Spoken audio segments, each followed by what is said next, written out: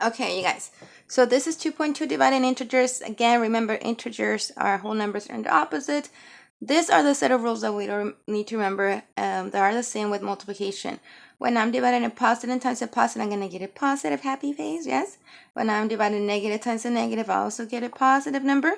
You can use a triangle. You can say positive divided by negative, I get a negative. Negative divided by negative, I get a positive. Negative divided by positive, I get a negative, right? Positive divided by a negative, you get a sad face, so that's a negative outcome. You have a negative divided by a positive, also negative. You can also remember when there are two numbers only, they have the same sign, it's going to be positive. So, think about people when they have the same likings and they're similar, they're going to have most likely a positive relationship. When there are different signs, you're going to get a negative product. I'm sorry, a negative quotient in this case because we're dividing. Now, I want you guys to remember this right here, okay? Because it's going to come in really handy when we come to multiplying or dividing rational numbers that are positive or negatives.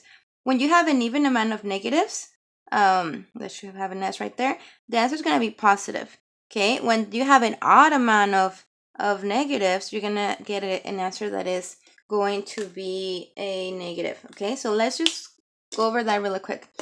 If I'm going to go back to multiplication. So if I do negative 2 times negative 2. That means I'm multiplying a negative times a negative. That means I'm going to get a positive 4, right?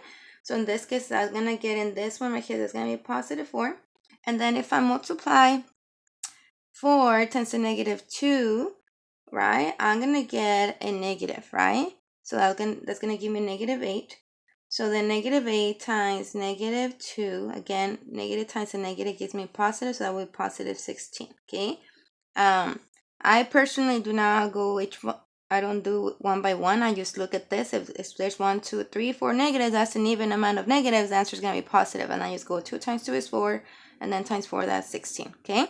Now we look at the odd number of negatives. In this case, we will get 4 because they have the same sign. Then I have to multiply that times negative 2. So different sign that will give me a negative. Okay. Again, there's 1, 2, 3. That's an odd amount of negatives. Therefore, the answer is negative. Okay. So here we go. Let's do some of the division problems now. Okay.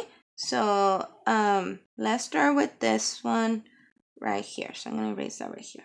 Okay. So we have a negative 4 divided by negative 2. Remember, a fraction bar means division. Okay. We usually write it like this. We do not usually write like this, but we can write it like that.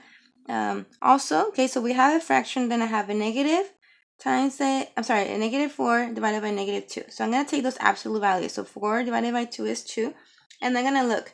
Well, I'm dividing a negative times a negative. Therefore, I'm going to get a positive answer. Okay. Now, in this one, so we're done with that one.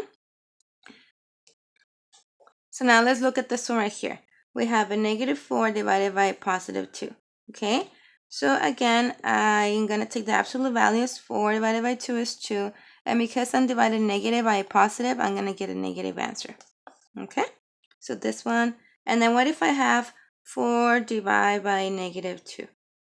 Again, I'm going to say 4 divided by 2, that's 2. And I have a positive divided by negative, I'm going to get a negative answer. Okay.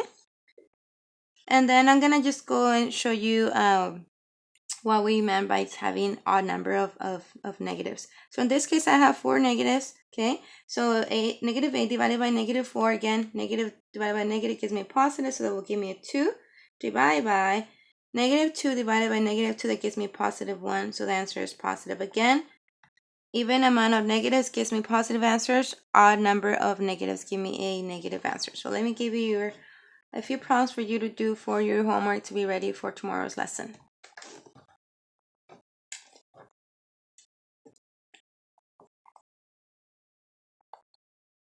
So let's do 16 divided by negative 8. Let's do negative 18 divided by negative 2. And the last one, let's do negative 45 divided by 5. Okay, so if you can give me the answer for those 3 prompts and be ready at the beginning of class when I ask you to show me your whiteboards. God bless you. Remember, math is magical and you are amazing.